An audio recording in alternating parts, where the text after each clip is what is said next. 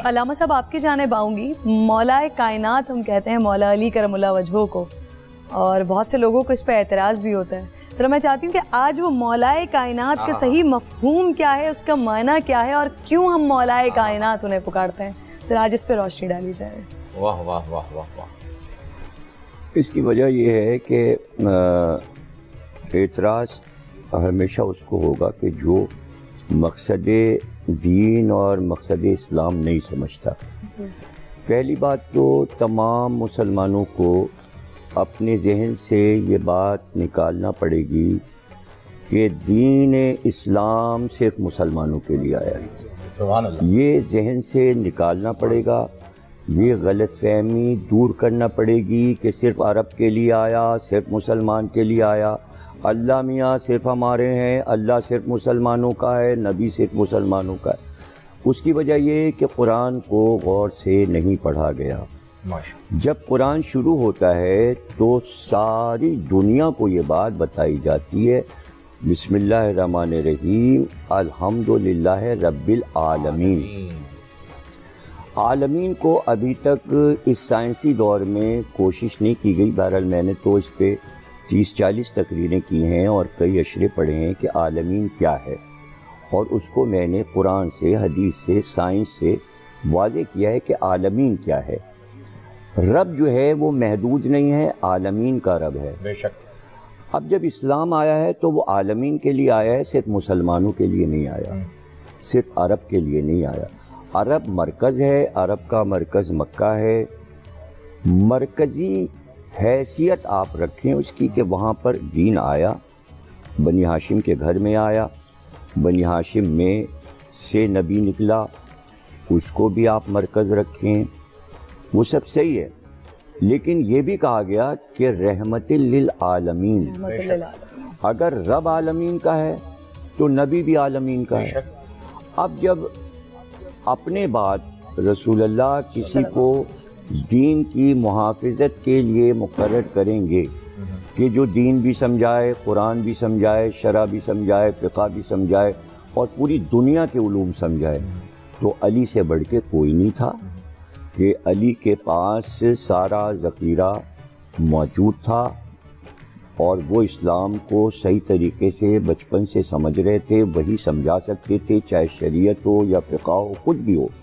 جیسے کہ ابھی مولانا نے حوالے دیے حضرت عمر کے, تو میں بھی ایک حوالہ دے رہا ہوں کہ ابن ابی الحدید معتزلی نے اپنے مقدمہ نہج البلاغہ میں لکھا کہ حضرت عمر نے یہ اعلان کیا تھا کہ اگر مسجد میں علی موجود ہوں تو خبردار کوئی فتویٰ نہ دے, وہ ذلیل ہو جائے گا.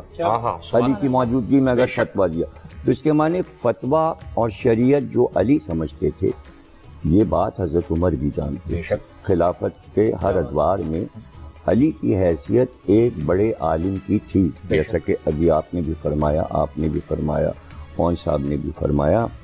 تو ان چیزوں کو ہمیں بار بار بیان کرنا چاہیے. تو اب علی کو بھی عالمین کا ہونا چاہیے. تو اب اگر مولا کائنات کہہ دیا تو اس میں کون سے شرک ہو گیا, کون سی مصیبت آفت آ گئی. اب مولا کے معنی ولی ہیں, بے شک.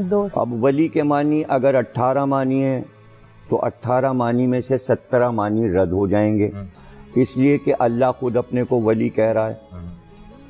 میں ولی, رسول ولی, اور وہ تیسرا ولی ہے جو رکوع میں زکوٰۃ دے رہا ہے. تو اللہ جب ولی ہے تو اب 17 معنی ولی کے نہیں ہوں گے, ایک ہی معنی ہوں گے. جو اللہ کے لیے ولی ہوگا وہی رسول کے لیے ولی معنی ہوں گے, اور وہی علی کے لیے ہوں گے.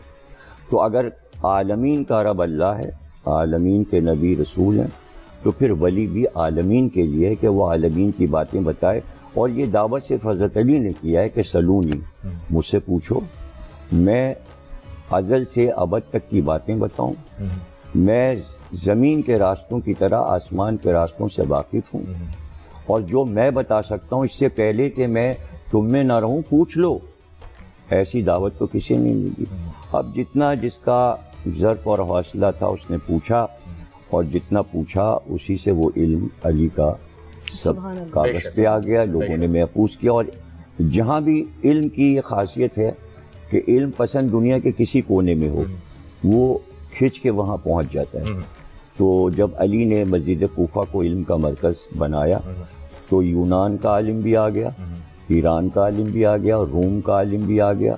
جہاں جہاں علم تھا وہ بھاگ کر دوڑ کر وہاں آ گیا, اور پھر اس نے اپنے ظرف اور اپنے علم کے مطابق علی سے پوچھا. اور آج وہ علم اتنا ہے کہ اب آپ کو دیکھیں کہ نہج البلاغہ کو 23 جلدوں میں شرح کے ساتھ ابن ابی الحدید معتزلی میں 200 250 جلدیں علی کی سوانح حیات پر عربی فارسی میں لکھ دی گئی ہیں. بے شک. یعنی میری تو الماری اوپر سے نیچے تک جو ہے نا کمرہ بھرا ہوا ہے مولا علی مولا علی. یعنی میں نے ایک پورشن صرف نہج البلاغہ کا بنایا ہے, ایک پورشن صرف ولایت علی کا بنایا ہے, ایک علی کا سوانح حیات کا بنایا ہے, ایک علی کے علم کا بنایا ہے.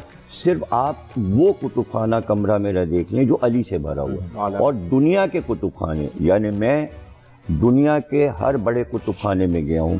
کانگریس لائبریری واشنگٹن گیا, ہالینڈ کے, جرمنی کے, فرانس کے, لندن کے بڑے کتب خانے. آپ یقین کریں صرف میں کہتا تھا علی, تو لائبریرین جو مقرر ہے انڈیا حافظ لائبریری میں, بہت بڑی لائبریری ہے, وہ بس کہتا تھا اور وہ چیز لا کے میز پہ رکھ دے. وہ کہتے تھے 2 منٹ میں کتاب آتی ہے, وہ چاہے کسی منزل پر ہو وہ جناب آ جاتی ہے. میں نے کہا حضرت علی پہ جو انگریزوں نے کتابیں انہوں نے تھوڑی سی دیر میں جناب ڈھیر لگا دیا. بالکل سبحان اللہ. یہی وہ علم. اب اس میں آپ کو ایک واقعہ سنانا چاہ رہا ہوں, جو لوگ سن رہے ہیں. ایک عیسائی عالم ہے, اس کا نام ہے جارج جرداق. ابھی عدل پہ بات کر رہے تھے مولانا, تو اس وقت مجھے یہ بات یاد آئی. تو جارج جرداق نے ایک کتاب لکھی حضرت علی پر, اور اس کا نام اردو میں ترجمہ میں بتا رہا ہوں, ندائے عدالت انسانیہ. ابھی مولانا نے حضرت عمر کا ایک واقعہ سنایا کہ وہ صرف اسلام کے فیصلہ کرنے والے نہیں بلکہ کائنات کے ہیں. بے شک. تو اس نے یہ لکھا کہ علی عدالت انسانی کے فیصلہ کرنے والے, یعنی آواز آ رہی ہے انسانی عدالت میں علی علی. وہ اس نے لکھا. وہ پبلشر کے پاس چھاپنے کے لیے لے گیا, تو اس نے کہا بھائی کاہے پہ لکھا؟ اس نے کہا حضرت علی کا, نہیں تو مسلمانوں کے خلیفہ اور امام ہیں, تم نے ہم کیوں چھاپیں؟ عیسائی پبلشر نے کہا. تو وہ کئی جگہ گیا اور کتاب نہیں چھپ پائی.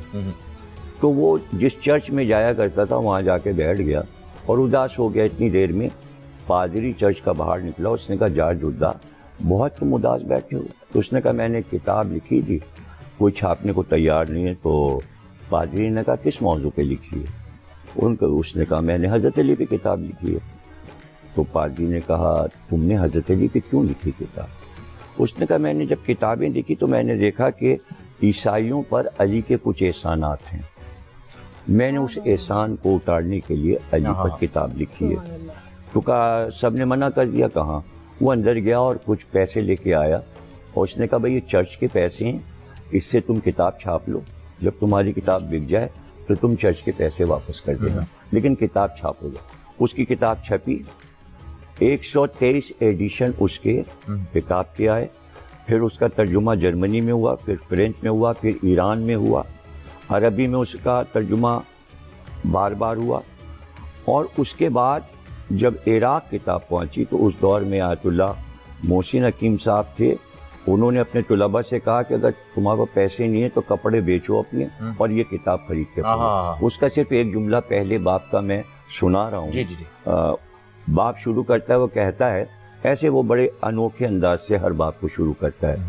پہلے باب کو شروع کرتا ہے, کہتا ہے کیا تم نے دنیا میں کوئی ایسا حاکم بھی دیکھا کہ رات کو وہ نہیں سویا جب تک اسے یہ یقین نہیں آ گیا کہ ہمارے پورے ملک میں کوئی بھوکا نہیں سویا؟ کیا ایسا عالم دیکھا؟ اس طرح وہ شروع کرتا ہے. تو اس کتاب کو بھی اگر آپ پڑھیں اور غیر اقوام نے جو کچھ مولا علی کے بارے میں کہا اس کو پڑھیں, اور ان چیزوں کو عام کرنے کی ضرورت ہے کہ علم سے اکبر الہ آبادی جو کہ جسٹس تھے اور جج تھے الہ آباد کے, وہ کہا کرتے تھے کہ بھائی تعلیم ہو ہی نہیں سکتی, اس لیے کہ تعلیم کا دل علی ہے. جب آپ تعلیم لکھیں گے بیچ میں علی لکھا, تے این لام یہ میم, سبحان تے اور اللہ۔ میم کے بیچ میں علی لکھا علی، ہوا ہے۔ سبحان اللہ۔ واہ، تو واہ، جہاں آپ تعلیم لکھیں گے واہ، واہ، واہ، بیچ میں علی، تو وہ واہ۔ کہتے تھے کہ تعلیم کا دل علی ہے، آہا، علی کے بغیر علم بہت نہیں۔ سبحان اللہ، ماشاءاللہ، کیا خوبصورت بات علامہ صاحب آپ نے کر دیا ہے۔ علیم بھی ہے۔ آہا، عابد بھائی آپ کی جانب آنا چاہیں گے مفتی صاحب، اور جیسا کہ یہ سوال یہاں سے شروع ہوا تھا کہ مولا کائنات کے اوپر کچھ لوگوں کا اعتراض ہو جاتا ہے، تو اسی بات کو اگر آگے بڑھاتے ہوئے آپ ہی اس بات کی وضاحت کر دیں کہ من کنت مولا فہذا علی مولا۔ اعوذ باللہ من الشیطان الرجیم، بسم اللہ الرحمن الرحیم، الحمدللہ رب العالمین والصلاة والسلام علی سید الانبیاء والمرسلین۔ میں یہ کہہ رہا تھا کہ یہ سوال تو اہل تشیع سے پوچھنے والا ہی نہیں تھا، ہاں جی بالکل، واہ واہ، یہ آہا ہا ہا، یہ واہ سوال واہ پوچھنے واہ والا واہ اہل واہ، سنت سے اس تھا۔ کا جواب تو کپڑا ہم ہٹا دیں دیں گے یار، تو آپ بہت اچھا مہربانی کریں گے، میرے سمجھ میں کچھ نہیں آ رہا۔ اچھا، اچھا۔ کپڑا ہٹا دیں آپ، کپڑے ہٹا دیں۔ یہاں کوئی کرونا نہیں ہے، ہاں یہ ہٹا دیں۔ ہاں ہاں، اب بولیں علامہ آپ۔ صاحب علاج بھی بتا دیں گے۔ اچھا، مطلب سمجھ نہیں بتا دیں۔ کرونا کا علاج زمزم ہے، زمزم ارے ماشاءاللہ، ایک قطرہ پلا دیں کرونا غائب۔ سبحان اللہ، سبحان ماشاءاللہ، اللہ۔ یہ بھی ہماری ٹرانسمیشن کے لیے بس آپ جو ہے نا، بریکنگ نیوز بھی ہے آپ کہ علامہ ضمیر جعفری صاحب نے، ضمیر مشہور ہیں نقوی سوشل میڈیا پر، نقوی صاحب نے